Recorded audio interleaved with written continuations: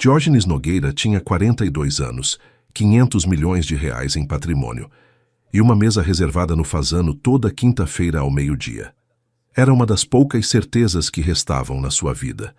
O restaurante ficava nos Jardins, naquela parte de São Paulo onde o asfalto parece mais limpo e o silêncio custa caro. Diógenes sempre escolhia o mesmo canto, de onde conseguia ver toda a sala sem ser facilmente observado. Um hábito que havia desenvolvido depois da morte de Carla. Desde então, ele precisava controlar os ambientes, precisava saber todas as saídas.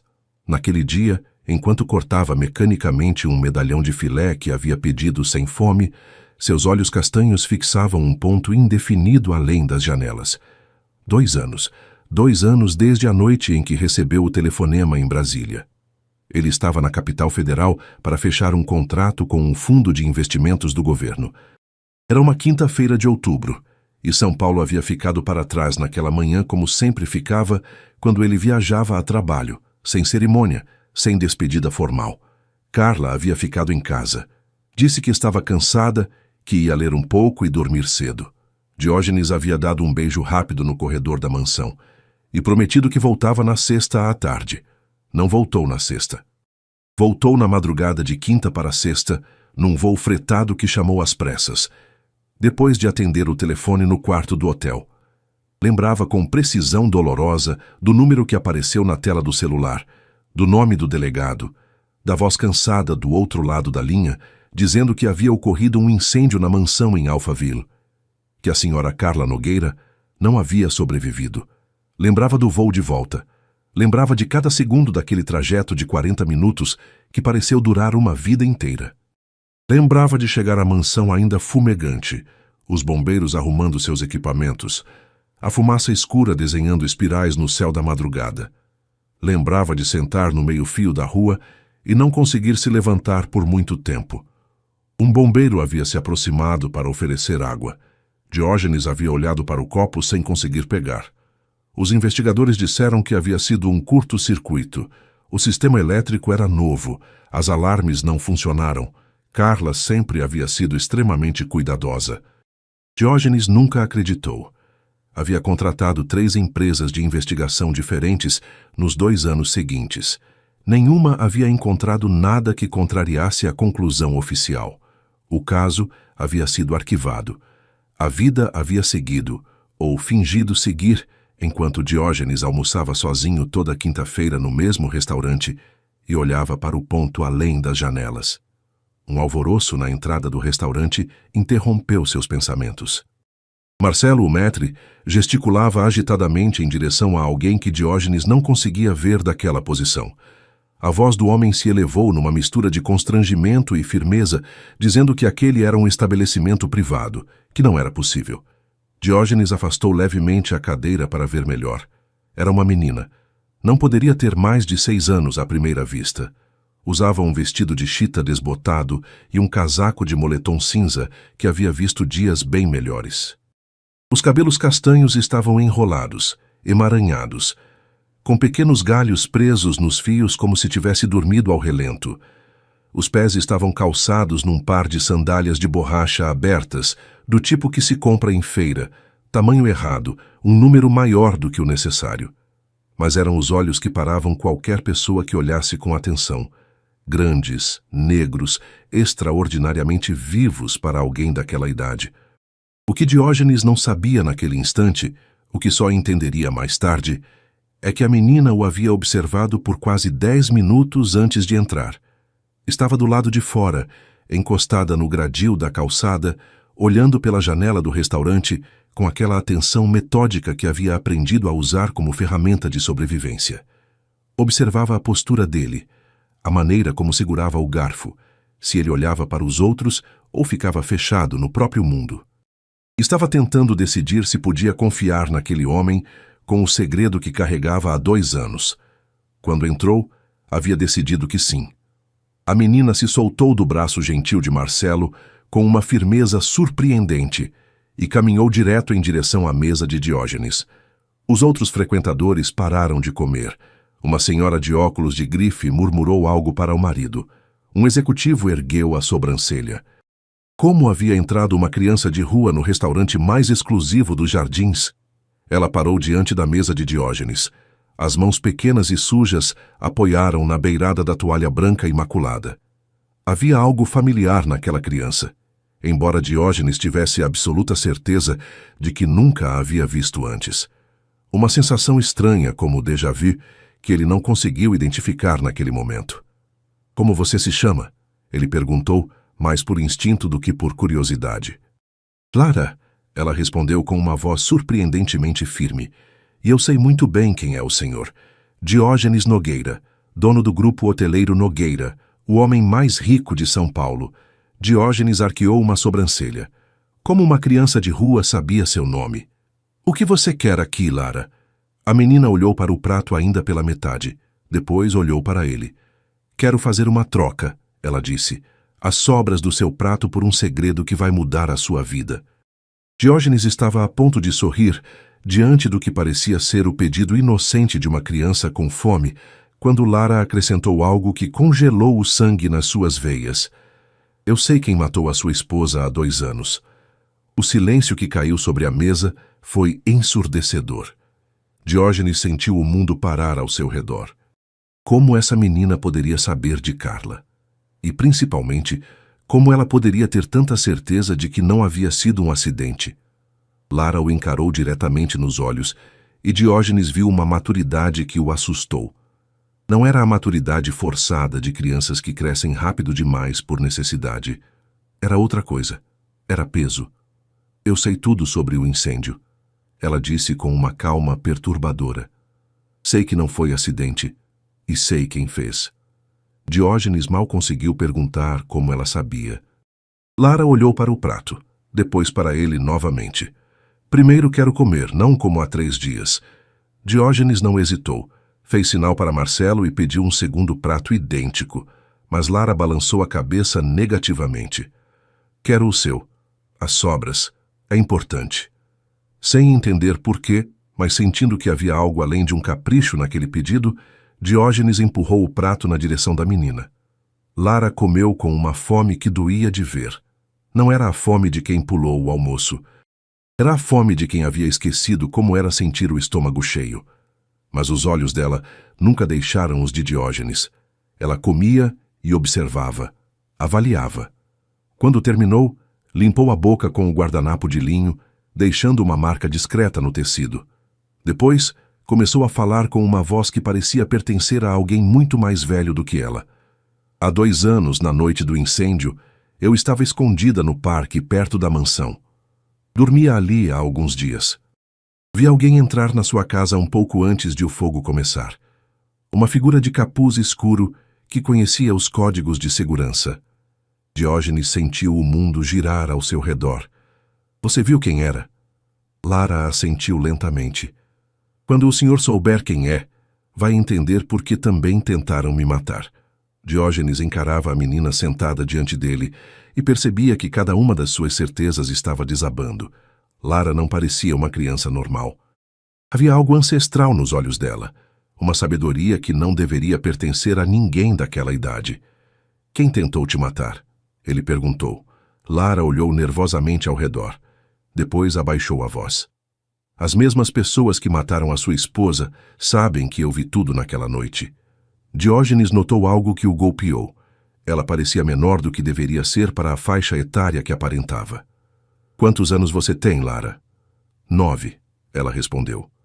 "Pareço menor porque não como direito há meses." O golpe no estômago de Diógenes foi devastador. Aquela criança havia vivido na rua, se escondendo, sobrevivendo por milagre, tudo porque havia presenciado o assassinato da sua esposa. "Antes de te contar o nome", Lara disse, "preciso saber se posso confiar no Senhor. Quando souber a verdade, vai ter que escolher. Pode me fazer desaparecer e fingir que essa conversa nunca aconteceu. Ou pode me ajudar a conseguir justiça.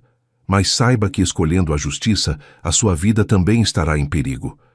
Diógenes sentiu que estava prestes a cruzar um limiar sem volta. Por que estaria em perigo?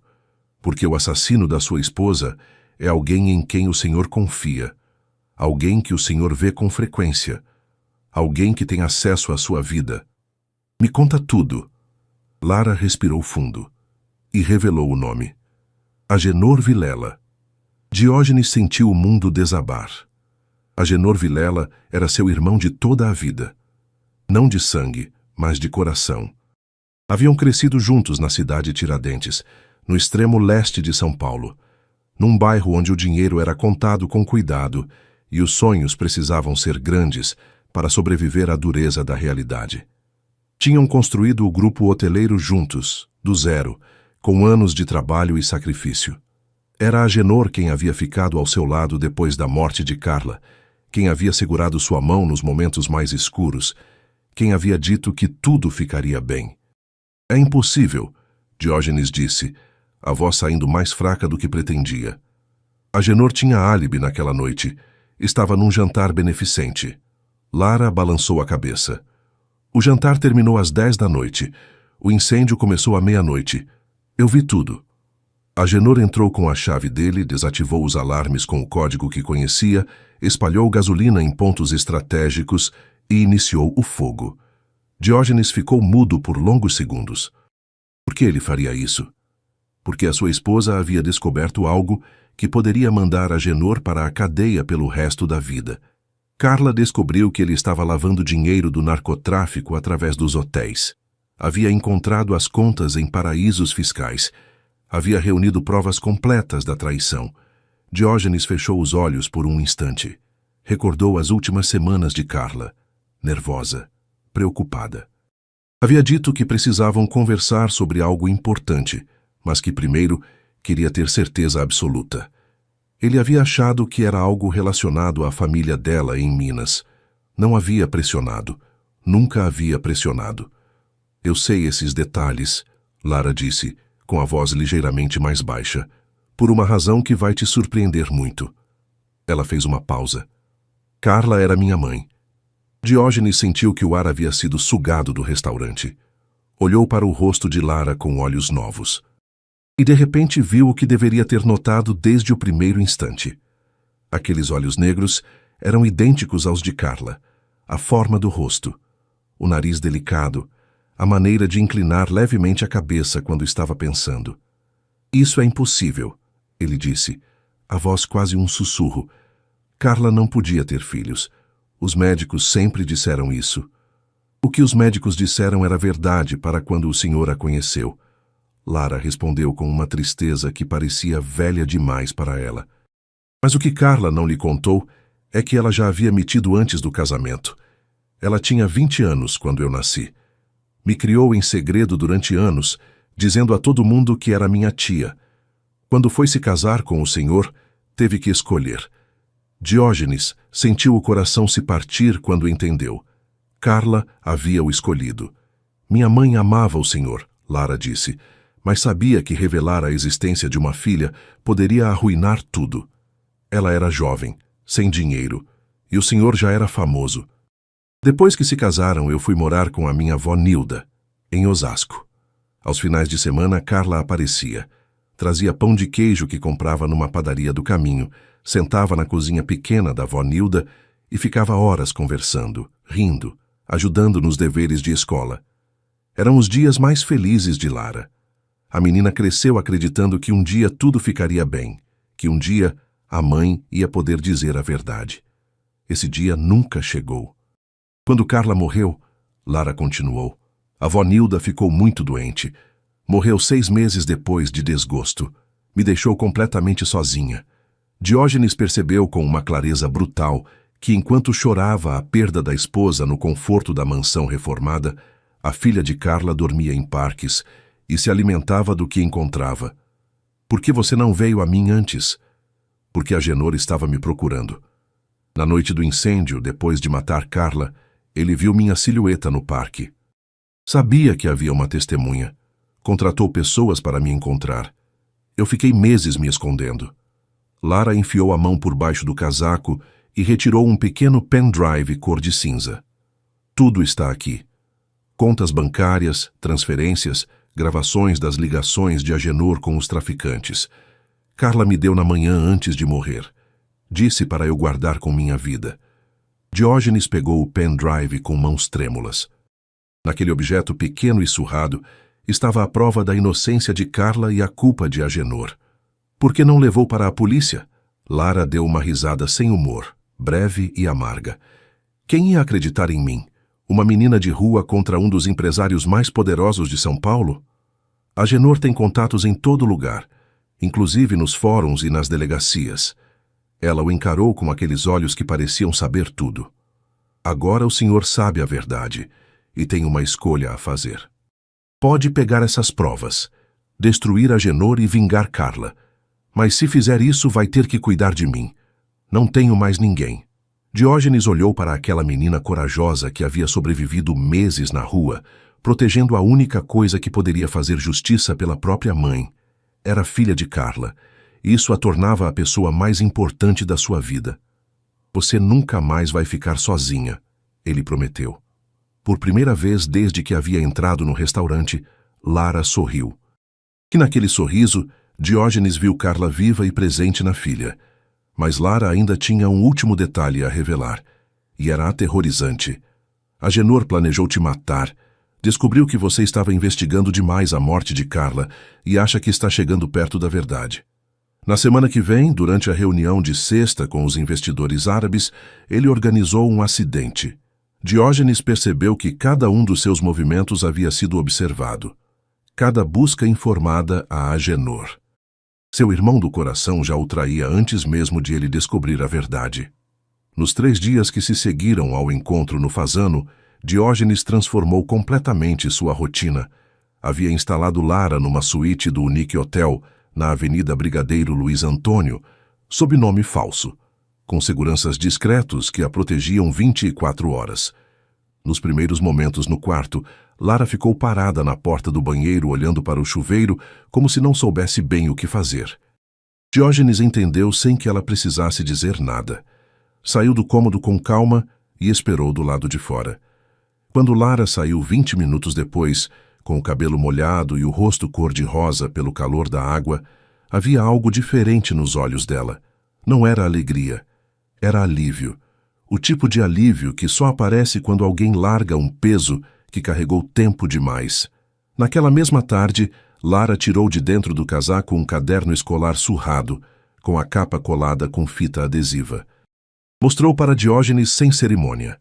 Dentro havia datas, horários, descrições de veículos, nomes de pessoas que entravam e saíam de um determinado endereço. Havia esboços de plantas de edifícios desenhados a lápis com precisão surpreendente. Havia uma cronologia completa das atividades de Agenor nos últimos 8 meses. Diógenes folheou as páginas em silêncio. Você fez tudo isso sozinha? Aprendi a observar. Lara respondeu com simplicidade. Na rua, quem não observa não sobrevive. Ela havia sido uma investigadora melhor do que todos os detetives particulares que Diógenes havia contratado nos últimos 2 anos.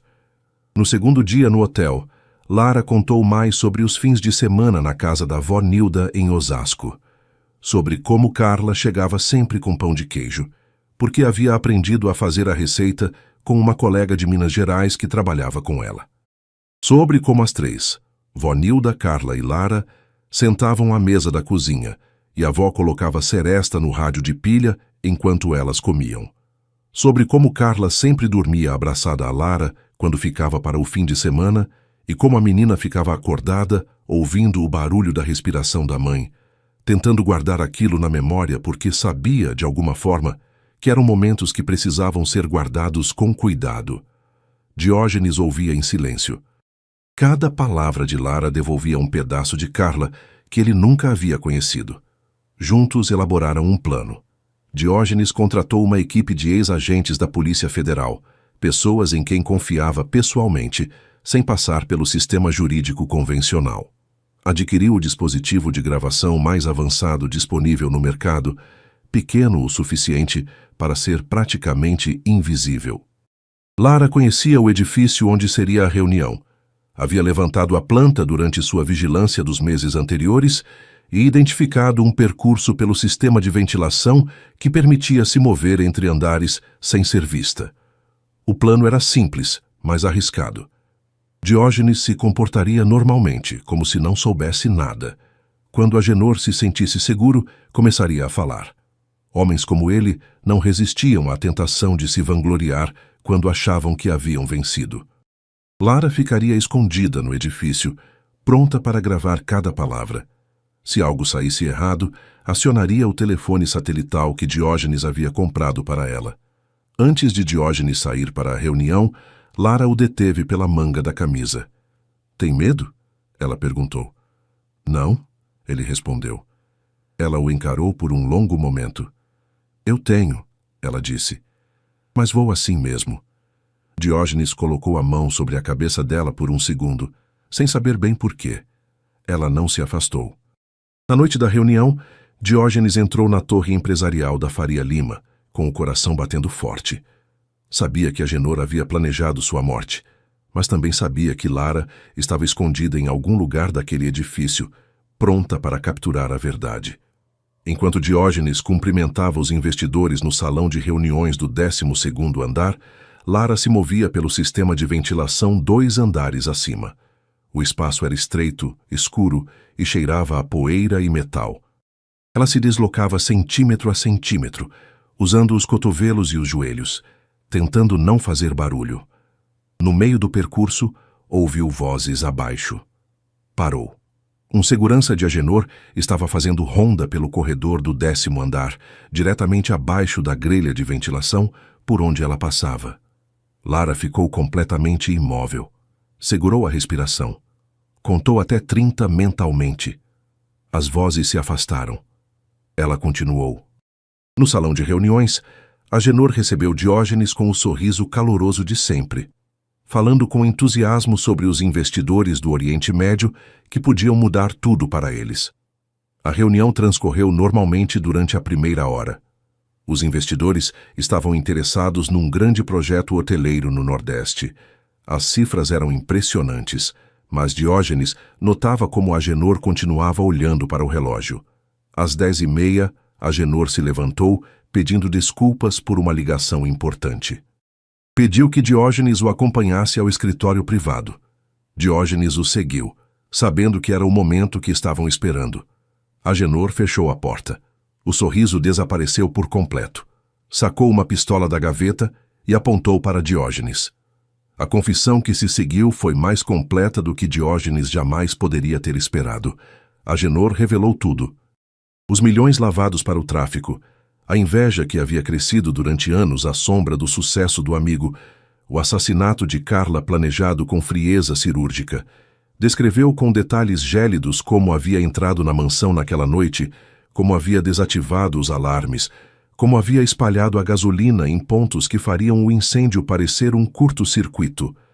Também falou da testemunha, a menina que havia visto tudo e que seus homens não conseguiram encontrar em meses de busca. Quando Agenor levantou a pistola para atirar, Diógenes disse com calma que conhecia Lara. Agenor se tensionou. Nesse momento, a porta do escritório se abriu. Lara entrou, pequena, mas de postura ereta, segurando o gravador na mão. Atrás dela, 3 agentes à paisana. Agenor tentou apontar a pistola para a menina. Diógenes foi mais rápido. Se lançou sobre o amigo traidor enquanto os agentes intervinham para imobilizá-lo. Agenor gritava insultos e ameaçava enquanto levavam no algemado, prometendo que seus sócios do tráfico dariam um jeito em Diógenes. Diógenes não prestou atenção. Pela primeira vez em 2 anos, sentia que Carla poderia finalmente descansar em paz. Meses depois do arresto de Agenor Vilela, Diógenes se encontrava no Fórum Criminal da Barra Funda para ouvir a leitura da sentença. Ao seu lado estava Lara, elegante num vestido azul marinho que Diógenes havia comprado para a ocasião. A menina apertava a mão dele com força. Os dois esperavam pela justiça que haviam buscado durante tanto tempo. O julgamento havia sido um evento de repercussão nacional. As gravações de Lara forneceram provas irrefutáveis e as investigações posteriores revelaram uma rede de corrupção que se estendia muito além do que qualquer um deles havia imaginado. Na noite anterior à sentença, eles haviam jantado em silêncio no hotel. Lara mexia na comida sem comer, o que era raro. Diógenes esperou. "E se não acreditarem em mim?" ela perguntou eventualmente. Acreditaram, ele respondeu. Você testemunhou muito bem. Mas e se não for suficiente? Diógenes olhou para ela. Foi suficiente, Lara. E mesmo que não fosse, o que você fez não pode ser desfeito. Você trouxe a verdade à tona, isso já é muito. Ela assentiu devagar. Depois voltou a mexer na comida. Diógenes pensou em dizer mais alguma coisa. Mas o silêncio entre eles já havia aprendido a ser confortável, e ele soube reconhecer que era hora de deixá-lo ocupar o espaço. Depois da sentença, Diógenes foi sozinho ao cemitério, num bairro tranquilo de Alphaville, onde as árvores eram antigas e as ruas não tinham muito movimento numa tarde de semana. Estacionou o carro a uma quadra de distância e foi a pé. Havia algo no percurso a pé que parecia necessário, como se precisasse chegar devagar. A lápide de Carla era simples, de granito cinza claro, com o nome dela e as datas.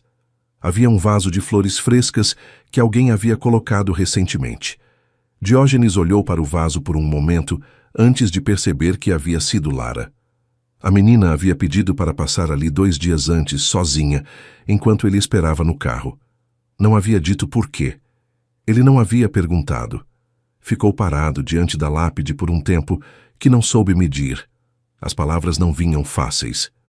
Haviam ficado difíceis nos últimos 2 anos, as palavras endereçadas a Carla, porque falar com alguém que não está mais presente exige um tipo de coragem que a maioria das pessoas subestima.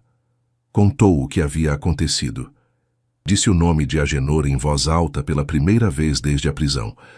Disse que havia sido duro de aceitar, mas que era a verdade, e que a verdade, por mais dura que fosse, era o único chão firme onde se podia ficar de pé. Disse que Lara estava bem.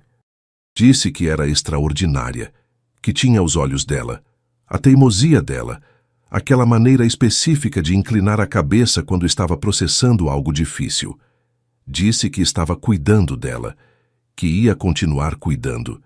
Disse que havia demorado, mas que a justiça havia chegado. Ficou em silêncio por mais um tempo depois disso. O vento movia levemente as flores no vaso. Algum pássaro cantou em alguma árvore próxima. Diógenes respirou fundo. A primeira respiração verdadeiramente funda que havia dado em semanas.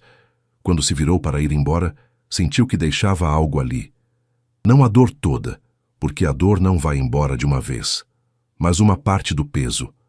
A parte que havia carregado sem saber que ainda estava carregando. No tribunal, o juiz leu cada acusação com voz solene. Culpado de homicídio doloso com premeditação.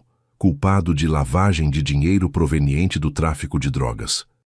Culpado de tentativa de homicídio. A sentença final foi prisão perpétua, sem possibilidade de progressão de regime. Lara apertou mais forte a mão de Diógenes. Não houve alegria naquele momento. Apenas um senso de justiça finalmente servida, pesado e limpo ao mesmo tempo. Depois da sentença, saíram do fórum cercados pelos flashes dos fotógrafos. Sua história havia capturado a atenção do país inteiro. O empresário que havia encontrado a filha que não sabia que tinha, e juntos haviam feito justiça pela esposa assassinada. Os programas de televisão pediam entrevistas. Os jornais publicavam matérias longas. Uma revista havia colocado os dois na capa, com uma foto tirada no corredor do fórum, Lara de vestido azul marinho segurando a mão de Diógenes, os dois de costas para a câmera, caminhando em direção à saída. Mas para Diógenes e Lara, a atenção da mídia era secundária. O que importava era que podiam finalmente viver sem medo. A vida de Diógenes havia mudado por completo. Lara morava agora com ele na mansão de Alphaville, completamente reformada. Tinham transformado um dos quartos na suíte de Lara, decorando-a com fotos de Carla que a menina havia guardado zelosamente durante meses de vida nas ruas. Eram imagens simples, a maioria tiradas de bolso que a avó Nilda havia mandado para Carla ao longo dos anos. Carla sorrindo na porta da casa, em Osasco. Carla e Lara na praça, Lara ainda pequena, comendo sorvete, Carla com um livro no colo, olhando pela janela. Cada noite, antes de dormir, Lara contava a Diógenes histórias sobre a mãe que ele nunca havia escutado, sobre como Carla cantava baixinho enquanto cozinhava, sobre como ela ria com a barriga quando a avó Nilda contava piadas ruins, sobre como ela chorava assistindo novela e fingia que não estava chorando. Diógenes ouvia tudo com atenção. Cada história era um presente. E havia algo estranho e belo naquilo. Ele havia amado Carla por anos sem conhecer essa versão dela.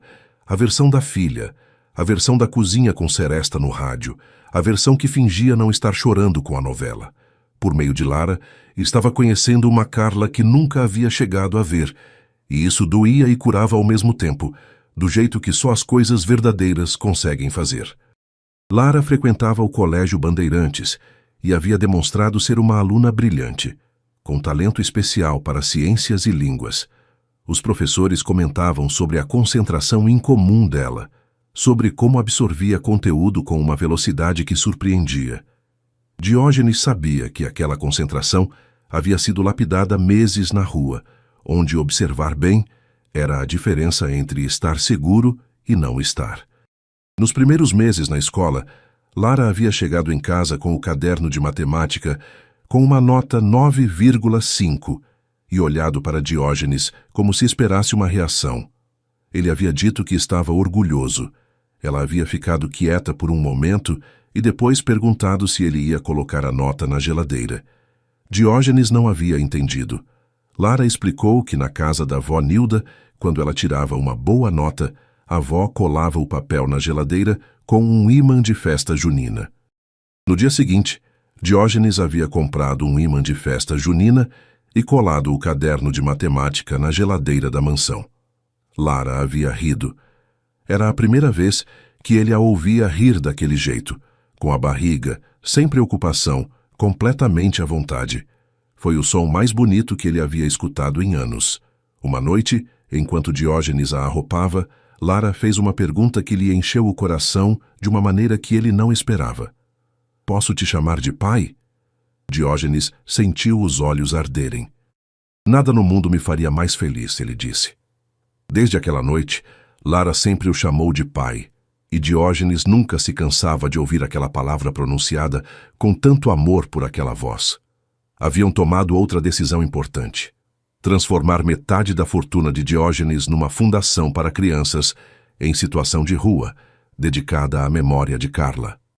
A ideia havia surgido de Lara, numa tarde em que os dois passavam de carro por uma praça na Zona Leste, e ela havia visto um grupo de crianças dormindo embaixo de uma árvore. Havia ficado em silêncio por um bom tempo depois disso. Depois havia dito, sem olhar para ele, que havia muita criança igual a ela por aí, que a maioria não tinha um Diógenes para entrar no restaurante. A Fundação Carla Nogueira havia começado suas atividades ajudando centenas de crianças em São Paulo. Lara participava ativamente dos eventos da Fundação, contando sua história para inspirar outras crianças a não perderem a esperança. Num desses eventos, ela disse algo que ficou gravado em todos os presentes. Às vezes as famílias se perdem, mas se você não desistir de acreditar no amor, as famílias sempre se reencontram. O mês seguinte, Diógenes adotou oficialmente Lara numa cerimônia no fórum. Enquanto o juiz pronunciava as palavras que os tornavam legalmente pai e filha, Diógenes sentiu a presença de Carla mais forte do que havia sentido em anos. Lara havia querido levar uma foto de Carla à cerimônia. Disse que ela também deveria estar presente naquele momento importante. O juiz, emocionado pela história que havia acompanhado nos jornais, havia permitido que a foto permanecesse sobre a mesa durante todo o procedimento. Era a foto da praça. Lara pequena comendo sorvete. Carla ao lado com aquele sorriso que Diógenes reconhecia. O sorriso dela quando estava verdadeiramente feliz, sem nenhuma preocupação por trás. Um ano depois do primeiro encontro no Fazano, Diógenes e Lara voltavam ao restaurante com frequência. Marcelo sempre os recebia com um sorriso largo, ainda maravilhado com a transformação que havia testemunhado. O homem que antes almoçava sozinho, silencioso e triste no canto reservado, agora ria com a filha, enquanto ela lhe contava as aventuras da semana na escola. Certa vez, Marcelo havia pedido licença e, em voz baixa, dito a Diógenes que aquela mesa nunca havia sido tão bem usada. Numa noite de sábado, estavam jantando na varanda da mansão de Alphaville. O céu de São Paulo estava limpo, o que era raro. E de onde estavam conseguiam ver as luzes da cidade ao longe, uma mancha laranja e branca no horizonte. Luna, a Golden Retriever que Diógenes havia dado de presente para Lara, dormia debaixo da mesa com a cabeça apoiada no pé da menina. O cachorro havia chegado num sábado de manhã dentro de uma caixa com laço, e Lara havia ficado em silêncio por quase 1 minuto inteiro, olhando para o filhote antes de abaixar devagar e deixar o animal lamber o rosto dela. Depois, havia olhado para Diógenes com os olhos brilhando e dito muito sério: vai precisar de nome bom. Tinham demorado 3 dias para escolher Luna. Naquela varanda, naquela noite, com o jantar quase acabado e a cidade brilhando ao fundo, Lara levantou os olhos do prato e olhou para Diógenes. Sorriu. Naquele sorriso, Diógenes viu Carla. Viu o amor. Viu o futuro que sempre havia desejado, sem saber que era isso que queria. A menina que havia entrado num restaurante pedindo as sobras de um prato em troca de um segredo havia lhe dado muito mais do que ele jamais poderia ter imaginado. Havia lhe devolvido a família, a felicidade e a certeza de que o amor verdadeiro não morre, transforma-se e sempre encontra o caminho de volta para casa. Se essa história te tocou, deixa o seu like e se inscreve no canal para não perder as próximas. Conta aqui nos comentários qual momento te marcou mais. E se você acredita que família é uma escolha e não apenas sangue, compartilha com alguém que precisa ouvir isso hoje. Deixe seu comentário aqui com seu nome e de qual cidade está assistindo. Sua participação é muito importante para mim. Obrigado pela companhia e te vejo na próxima.